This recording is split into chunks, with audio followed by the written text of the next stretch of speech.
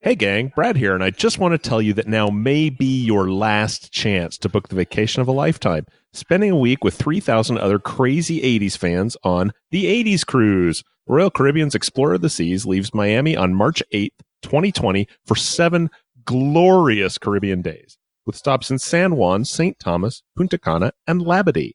But the real fun comes from performances by the B-52s, Bret Michaels, Berlin, Loverboy, Grandmaster Flash, Tony Hadley of Spandau Ballet, Tony Lewis of the Outfield, Patti Smith and Scandal, Lita Ford, Asia featuring John Payne, Midnight Star, The Jets, The Motels, Big Country, Katrina from Katrina and the Waves, Annabella from Bow Wow Wow, Dire Straits Legacy, and everybody's favorite tribute band, Jesse's Girl.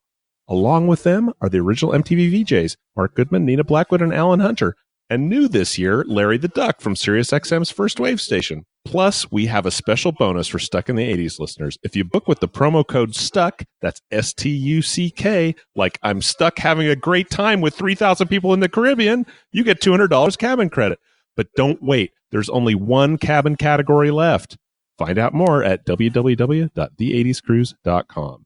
Now, on with the show. Travel back in time to the 80s, reliving the laughter, the heroes, Pick up your phone and call the professionals. Ghostbusters. and the honesty. What's up, Nard? My nipples. It's freezing out there. Because just like you, we're stuck in the 80s. Sure, it's not 1985 right now, but who knows what tomorrow will bring.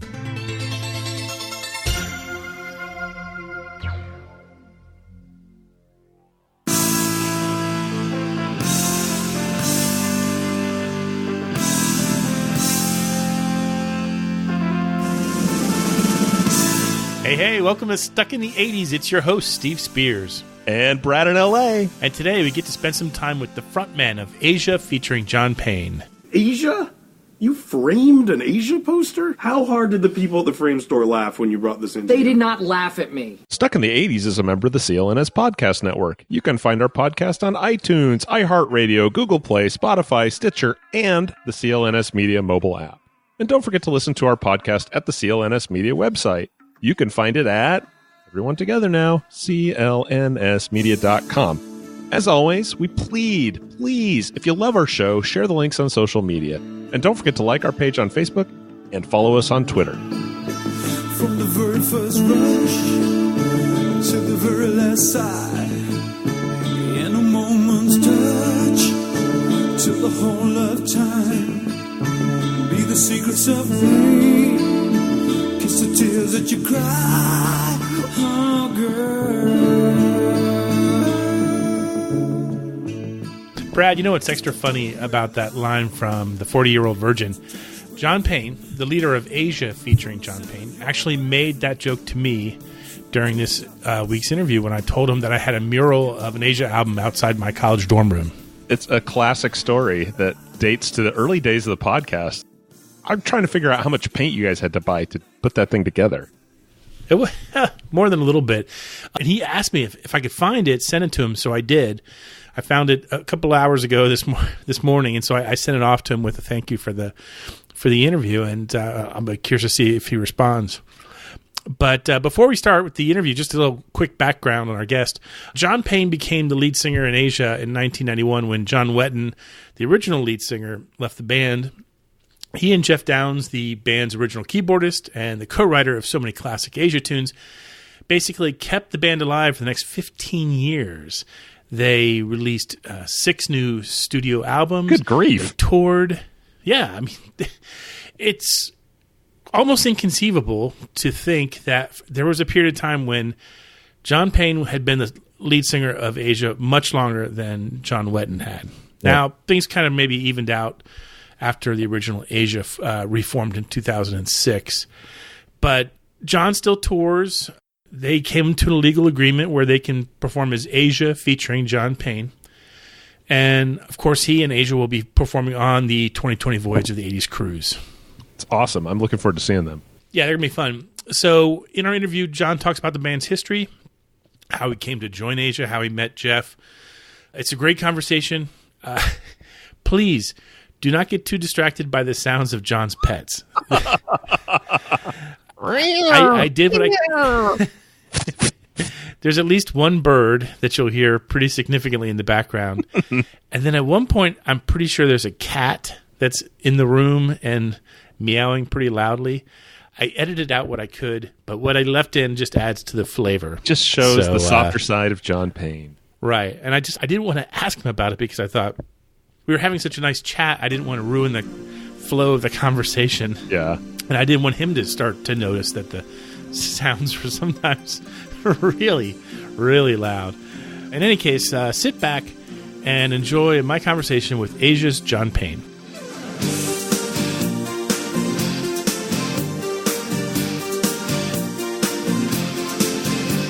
I got to tell you, John, I'm such an Asia fan that when I was in college, my roommate and I painted a giant mural of an Asia album cover on our wall, and it stayed there for about 20 years until they finally demolished that dormitory. Oh, wow. So almost like in 40-Year-Old Virgin. Yeah, almost exactly like that.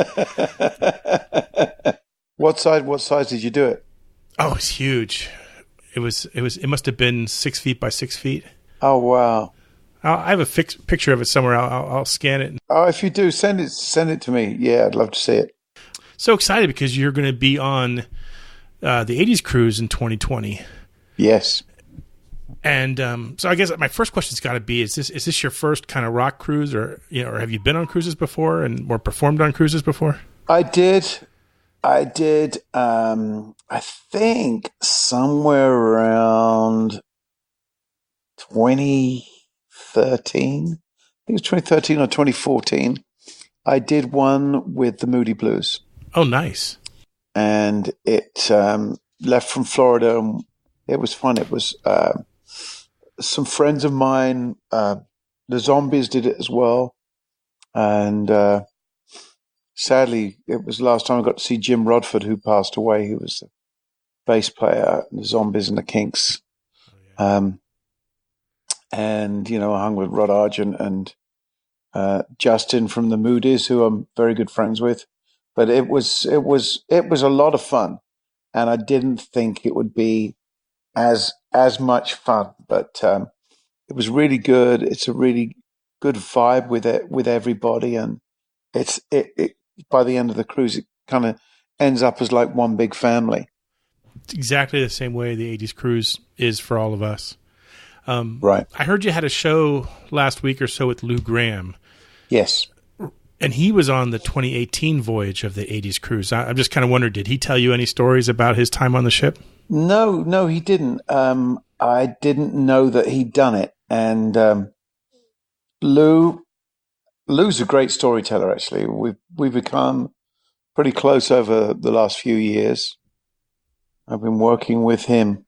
I've known him like to bump into on radio tours and press tours for 30 years. But actually, the first time I worked with him was in 2013. So, but he usually recounts very good stories. So I'll have to remind him and see what he's got to say. I interviewed him about maybe 10 years ago when he was touring, and yeah, he was an amazing storyteller, but I know he really wowed them that year. I mean, he really knocked the walls down during his shows. There's something about the band Foreigner, how it's ingrained, particularly in American music. Obviously, it's all over the world, and coming from England, Foreigner was pretty much one of my favorite bands. Foreigner 4 is probably that, and Breakfast in America and a couple of others are in my top 10 or top 5 albums. And Lou, along with Ronnie James Dio and Paul Rodgers, are my main influences as a vocalist. So to work with the guy is indeed a pleasure. And the only time virtually now he goes out on to do any shows is with us, because he's retired from touring apart from with us now. Oh, I didn't realize that. So we were lucky to see him when we did then. Yeah. He announced his retirement about 6 months ago. And I said to him, "Why are you retiring?" He goes, I've been everywhere. I want to bow out gracefully. I don't want to travel. I don't want to do 2-hour shows. I want to be able to give everybody 100%. So I went to him. I said, well, how about with us? We do a 90-minute show with the Asia band, but halfway through, you join us and you sing your foreigner stuff. And he said, well, look, let's try it out. So we tried it out. It works great. He loves the band. He calls them his one muscle. And we have a great time. I hope we get a chance to see that. Sounds like an amazing night. Yeah, we do quite a few shows throughout the States every year. I'm sure a cruise ship is then hardly the most interesting venue you've ever played. What shows or venues stick out in your career as being really memorable? One of them would have to be the first show I did with the first official show I did with the band in 92, which was in Tokyo in, I think it was a place called NHK Hall. And it was kind of surreal for me starting as a fan of the band to actually pinching myself and being in the band 10 years after its inception, and being on stage obviously with Steve Howe and Geoff Downes and recording with Carl Palmer as well. That stood out a lot. That first show was very magical. And then there's always shows along the way.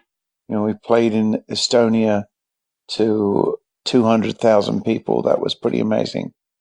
We played the Joe Robbie Stadium in Florida to 80,000 people, and we shared the stage with Paul Simon, the Bee Gees, Crosby, Stills, and Nash. And in fact, we shared the same dressing room. Wow. Because it's a football stadium as those guys. That was for the Hurricane Andrew benefit, right?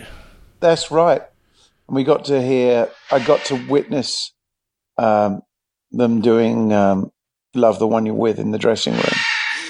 So it was pretty magic. And then there were other ones, like there's certain audiences that some of the major cities, it's just like, come on and impress us. And then you go to somewhere like Spain. I remember playing in Barcelona at this little venue called the Gas Lamp. I think it held about 2,000 people, but they managed to squeeze 4,000 people in there.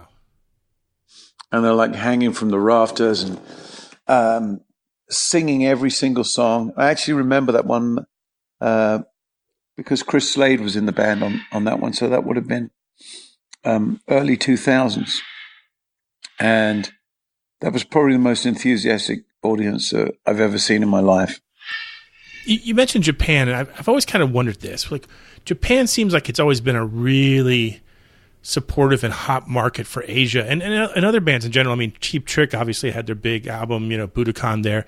What do you think it is about Japan as an audience that makes it so appreciative and supportive? Japan, the culture is very different from ours. So they're fascinated by our culture, I think, as we are by their culture. There also is an extreme fan base for a lot of music, starting with jazz. They're very into top end players. So it's, well, a lot of countries, it's much to do with the songs and the music and the image. Whereas I think Japan comes forward firstly from musicianship. There's something about the Japanese culture that appreciates all the hard work and learning and skill that's gone into something. Everything they do, the presentation of meals in a simple restaurant in Japan is an art form. So that's, the extensions of Sophia art form is very much appreciated in Japan. And Asia, initially coming from a supergroup of prog musicians that were at the top of their game in 1982, I think it really struck a chord with Japan, and it still does, and I can't wait to go back out there again. It's been a while. You mentioned supergroup. I have to ask this. When Asia first got started in the early 80s, a lot of people referred to them as a supergroup. And the age I was, which I was a teenager in the 80s, I mean, I don't think I'd ever heard of a supergroup before then. So, no, it was the first band named a supergroup, I think. I don't know who named it, whether it was Geffen, John Kolodner, or the press, but that's how it went out. And, you know, there was a kickback against it as well, because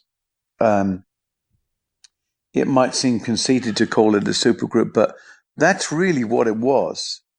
And I think as much as what it was as well, from a prog perspective, all these guys, they crossed over into the mainstream, which hadn't really happened so much in that genre of music, which also I think pissed off fans that were deep prog fans when they heard the first Asia album.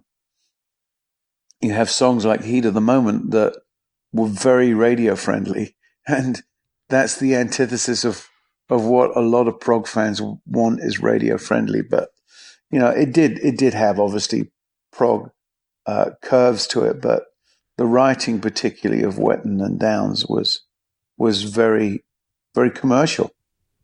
what was your first reaction when you heard their music? I really liked it because, as well as being a muso and looking at superlative players, I was always song-based, and I am to this day. That you can have the greatest musicians on the track, but if there's no song there, it really doesn't stand the test of time. If you can't pick up a acoustic guitar and play that song, or play it on a piano, then it's either a mathematical exercise or, you know, a piece of avant-garde music. So the song sensibility and the harmonies particularly really blew me away from the first album. And I'd been a follower of UK. I've always been into big harmonies like Journey, Kansas, Styx. So when I heard particularly John Wetton, who stacked up most of the harmonies himself on UK, I was, you know, very open-minded to the first Asia album. It's funny because they sort of went through some of their own changes before you joined. I mean, I remember being a kid and seeing the Asia in Asia concert on MTV, and all the drama that happened right beforehand, because I think John Wetton had stepped aside and Greg Lake had come in and taken over the lead vocals. Yeah, I think John at the time was suffering from an alcohol addiction, which, you know, thankfully he got through. But I believe, and I may be incorrect, is that the label asked for him to be fired, and Greg Lake came in. They dropped the keys of some of the songs because Greg had a lower voice, but there was this, you know, obviously the connection with King Crimson, and there was this similarity in their, you know, British voices, that they were similar singers. And Asia in Asia, you know, was a huge gig. I remember all Geoff's keyboards being at the back, and a big backdrop with thousands of lights in it, and that was simulcast by MTV, I believe, all over the world. The similarity in the English voice helping Greg Lake, did that help you too in '91 when you joined? That similarity in voice? A little bit. I think from Greg and John, I have a different voice, and I must admit it was really nice of Geoff, and maybe because of the similarities with Greg before when they asked me to join. He said, you don't have to sing everything just like John Wetton. We don't want a tribute band. We want you to bring your own thing. And John and Greg had a much cleaner sounding voice than myself. I was coming from more of a rock background rather than a rock folk prog background that those guys came from. So, being influenced as well by Paul Rodgers and Dio, that I wanted a more powerful delivery, but still trying to respect the original song. So I suppose a little bit helps. Some people say I sound like John, but I think it's just because of the songs, and I don't think I really do. So, but the songwriting style, the musical style, the harmonic style, the harmonies, really was embodied by Original Asia still. What was your first reaction when Geoff invited you to join the band? Kind of confusion and not knowing exactly what to do. I didn't say yes straight away. I used to live in London. I had this Siamese cat that I used to take on the underground. And I got a call one day to go to Nomi Studios to meet with Geoff. I'd been working with Geoff on a project called Rain, and actually had recorded most of what became Who Will Stop the Rain. And that never got a record deal.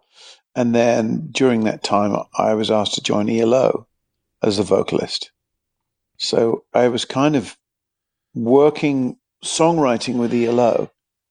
And when Geoff asked me, I turned up at this meeting and said, we'd like you to join Asia.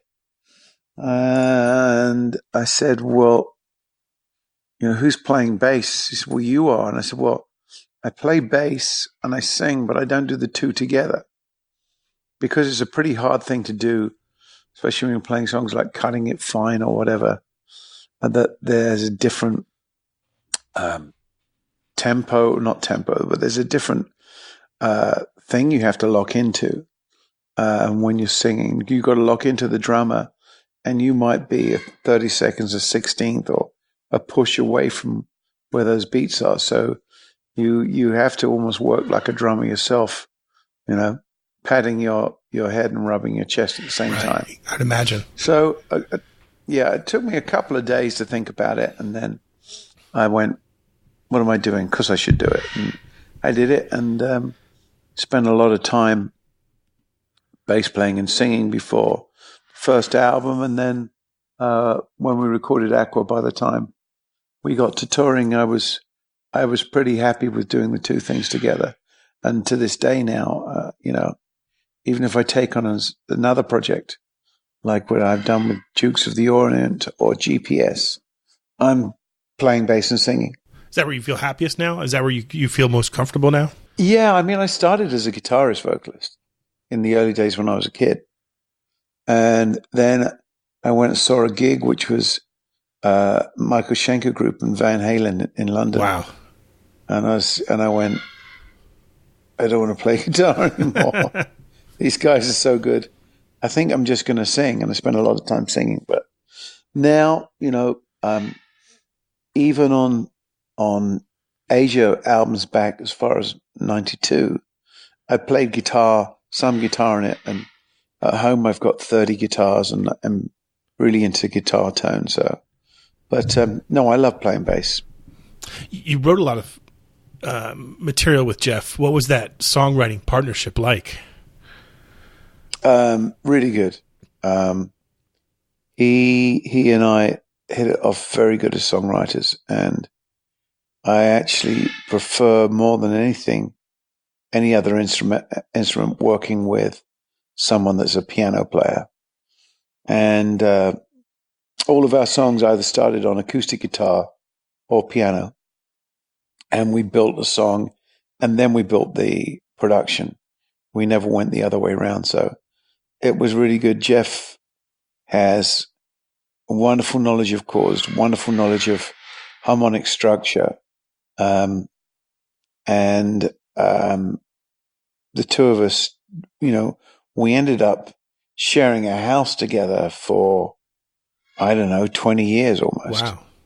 So we have a piano in the house, and we'd write about 100 songs before we came down to 10 for an album. In 2006, when Geoff left to reunite with the original members of the band, what was your reaction when you got the news, and how did you get the news? Yeah, I wasn't really happy. It wasn't handled greatly. I mean, we were in the studio doing another record for the record label, and our manager said, see some gigs are being booked in South America, what's going on? And we didn't know what was going on, and we had a meeting, and then Geoff just said, I'm reforming Original Asia. And we were sharing a house together at the time in Burbank. And that was basically the last time I saw him. Wow. He went back to the UK, and I never heard from him again until probably 2 or 3 years ago. That's crazy. Yeah. It was crazy. And it's kind of didn't end up very nice. And there were Steve Howe actually sent me a letter and said, I didn't realize it was going to be like this. And we could go out with both bands together and do a bit of your era and then do the rest of the show with Asia, and that there was a way through it. But I think between it's not what John wanted, so it didn't happen that way, and it was kind of unfortunate and got legal, but we ironed it out so that the two of us could still go out using the Asia name.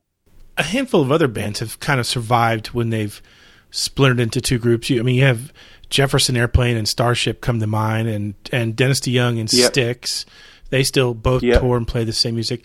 What are you doing personally to keep your version of Asia going strong?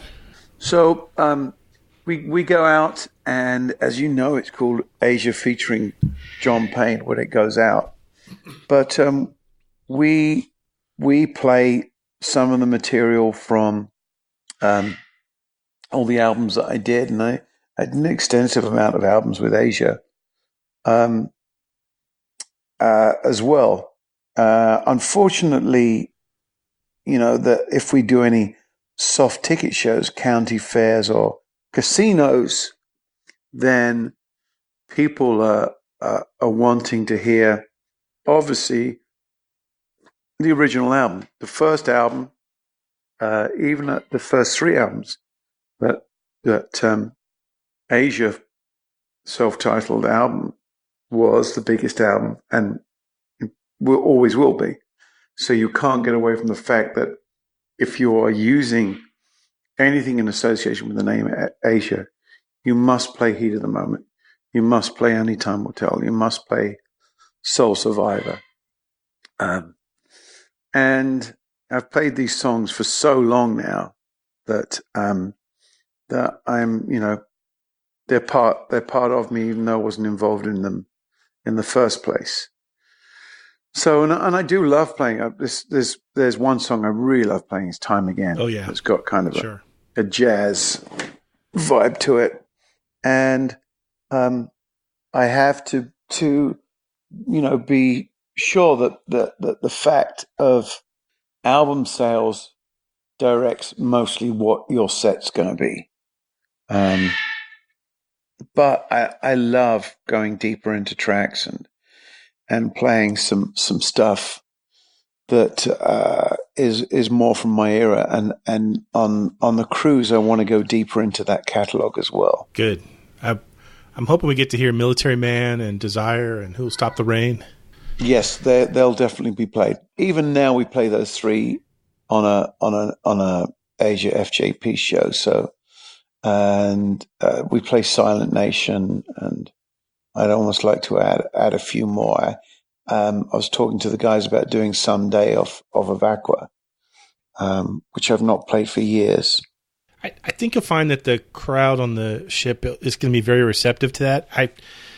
Previous years, Katrina from Katrina and the Waves was on. In fact, she's going to be on this year's 2020 as well. And of course, she's largely known for one or two songs. And she played a 90-minute set that just, we knew those two songs, but the other 15 that she played were just amazing. And everybody was just, by the end of the week, she was one of the breakout stars from it. Good music is... Oh, that's fantastic. Yeah, people appreciate good music. Yeah, I'm also looking forward because there's a few people on this cruise that I haven't bumped into for ages. Oh, like who? Like Terry Nunn. Oh, she's great. I think Berlin are doing it. Yeah. And I toured with them in 2002 for quite a few days, like 30 concerts across the States. I read in recent years that you co-wrote and directed a show in Las Vegas called Raiding the Rock Vault. Correct, yes. What was that about, and what sparked that idea? Well,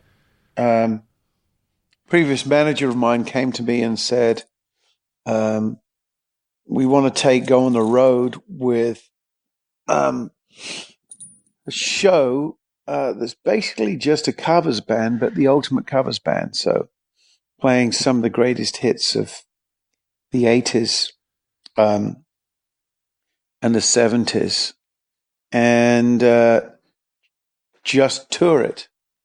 So it would just be like the ultimate covers band. And so he said, could you help put the musicians together and rehearse everybody up, and let's record these songs. And I said, well, what a nerd producer I am. I want to use the same mics and get the same room sounds as and classic songs like, Hotel California and Stairway to Heaven. So I worked with Simon Phillips from Toto and The Who on it at his studio. And we had a few meetings with Irving Azoff about taking this on the road. And it transpired that Tom Consolo, his touring guy at Live Nation, said, really, we don't think we can get the money for this that you need to tour this. So we went back to the drawing board. And I thought, well, I've just come off doing a thing funny enough, with Justin Hayward called Jeff Wayne's War of the Worlds, which was a touring story of War of the Worlds based on an album that was out in the 70s, big album. Phil Lynott sang on it. And in fact, I took over Phil Lynnott's part, obviously, because he'd passed. Chris Thompson was on it. Chris Spedding, great album. So I thought, well, let's make this theatrical. So I went back to the drawing board and thought, well, as a kid, I listened to all this music, and I was, in 1968, I was 10 years old, and all this music was, it's quite an ultimate time to grow up. The Stones, The Who, Jimi Hendrix, Free, Santana, all these bands were, and particularly guitaring had suddenly gone from this twangy guitar sound to this cool rock distorted guitar sound. So basically, I wrote a story about me growing up. I brought in a friend of mine, David Kirschenbaum, who was head of A&M Records for a while. He produced Tracy Chapman, who produced a lot of great records. And we sat down and wrote it together. And it was basically the story of music going from the influences of black music in the 50s through to 1990 is where we stopped. And parallel to this, I'd on the stage, we had 4 actors that grew up in America from Vietnam, kids going to war, to one becoming, one of the guys having a kid, and she became a VJ. And one side of the stage was an AM radio station that turned into an FM radio station that turned into MTV. So it was like chronological story of classic rock. And we did one show in LA, and it got us a deal at the old Hilton in Las Vegas. And 2 years that I was in it, it became best Vegas musical. Oh, wow, man. I wish I'd seen that when I was there. I haven't been to Vegas in a long time, but that would have been worth the plane ticket. It was fun. So I have to ask you mentioned some of these bands from when you're growing up. This will be a good last question for you. If you were going to design your own music cruise and you could book any band, either ones that are still together or ones who have split up or ones that aren't around anymore, who would you pick for it? I would like to do, that's funny, it's a great question, like an ultimate album tour. So you have the most iconic classic rock albums. So you have Supertramp doing Breakfast in America. You have Foreigner doing Foreigner 4.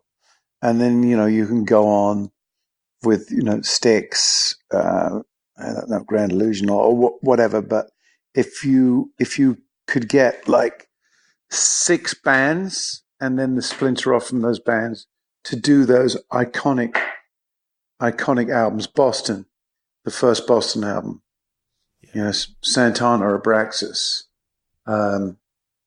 Tommy, The Who, you did an ultimate tour of those iconic albums, rather than just the band, but the band plays that album. I think that would be very cool. I think that would be really cool. I love that idea. John, thank you for your time today. Thank you for the great questions.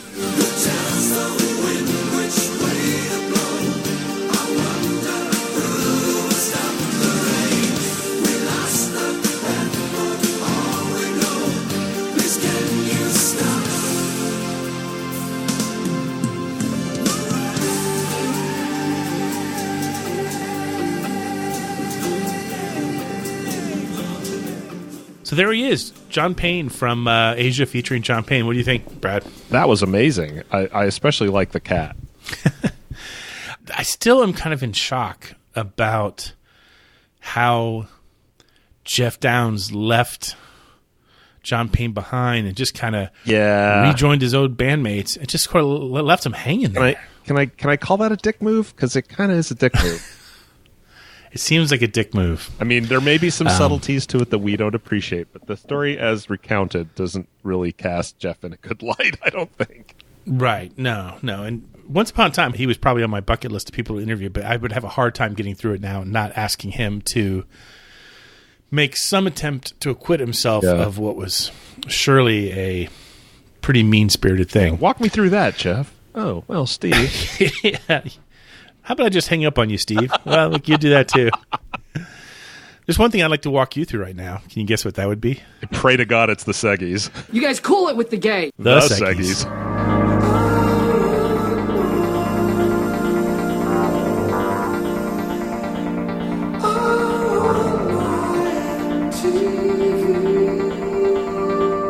The ever familiar, but not quite so much so that I would call it mystical theme song that is the I Want My Mystery TV theme song. Wow. Of themes. You'd think I'd be getting paid every time I say theme song, but I guess I'm not. I get paid the same for this podcast as I do all the rest. Yeah, baby. 0.00. Oh, my God. We will play a snippet of a theme song from the 80s if you can get it right. you're entered into a drawing, and you might get one of Brad's flat bottle openers. Oh, so flat and yet so bottle openery. Yeah. So, from episode 511, here was our mystery clip. Portland is a long way from L.A. Yep, that's the theme song to Hello, Larry. Well, hello, Larry. You talk to people all day for a living. But all those easy answers you are giving, are you really living your life that way? Portland is a long way from L.A.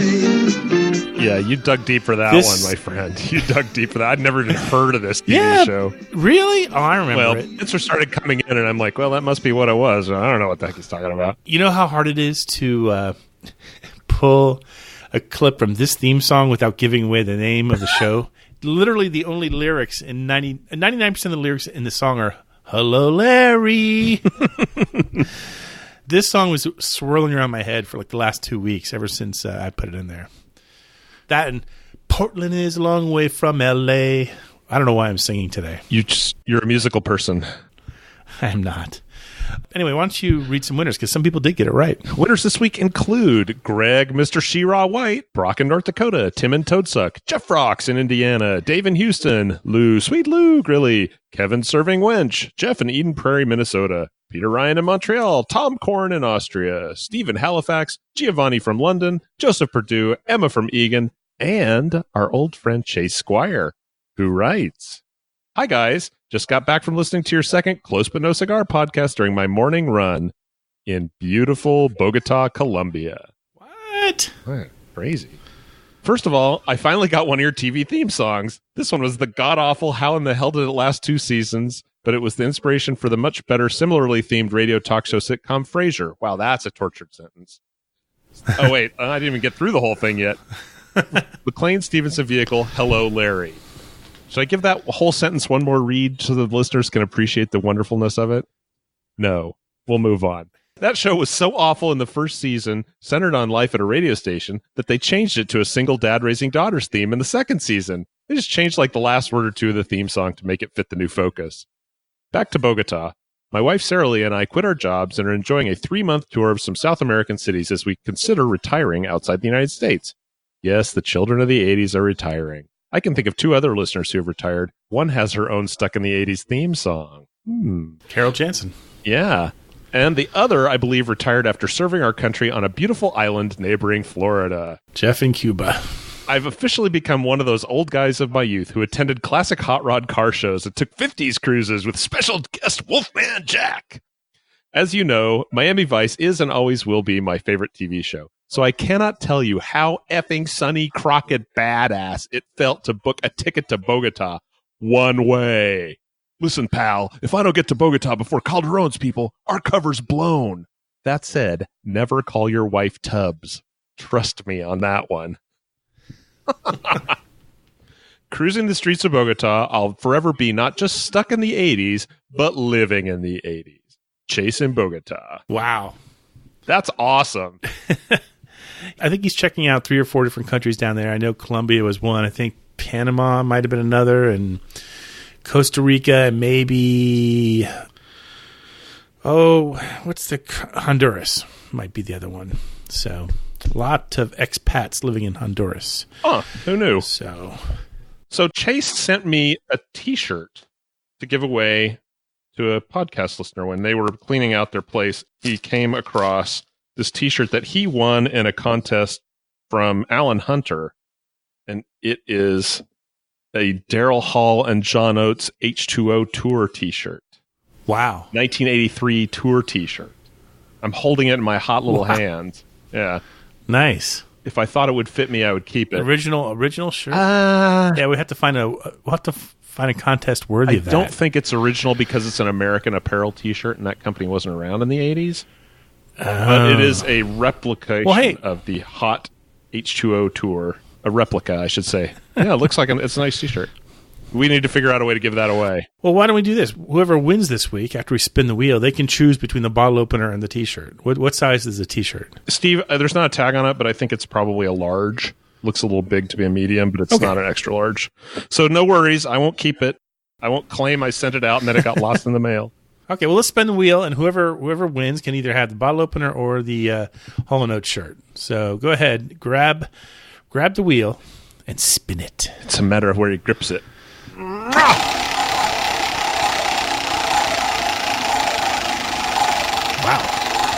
Ate my Wheaties this morning. I just felt that one in Obita. Yeah, no kidding. And it's slowing down, finally, and it's going to land on Dave in Houston. You are this week's lucky winner. So email us and tell us, do you want the shirt or do you want the bottle opener? And don't forget to include your postal address. In the meantime, pay attention. Here's this week's mystery clip. If you know it, email us at podcast@sitds.com and then tune in a few weeks and find out if you're a winner. One other news of note for this week, the month's almost over. You might have heard us mention on one of the last couple episodes, we're up for a podcast award this year, the People's Choice Podcast Award.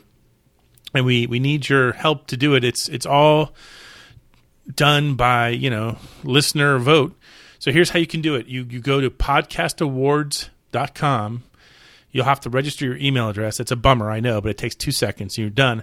And then under the entertainment category, you should see Stuck in the 80s. And we would love it if you'd vote for us, and feel free to vote for your other podcasts for other categories. And if we win, we will, what will we do? We'll celebrate. We promise we won't do any more podcast award promos for the rest of the year. How's that? We'll do an excessively self-indulgent show in which we talk about how great we are. And every 5 minutes, I'll break into song singing the theme song to Hello, Larry. How's that? That'll be perfect. Night and day, you are the one.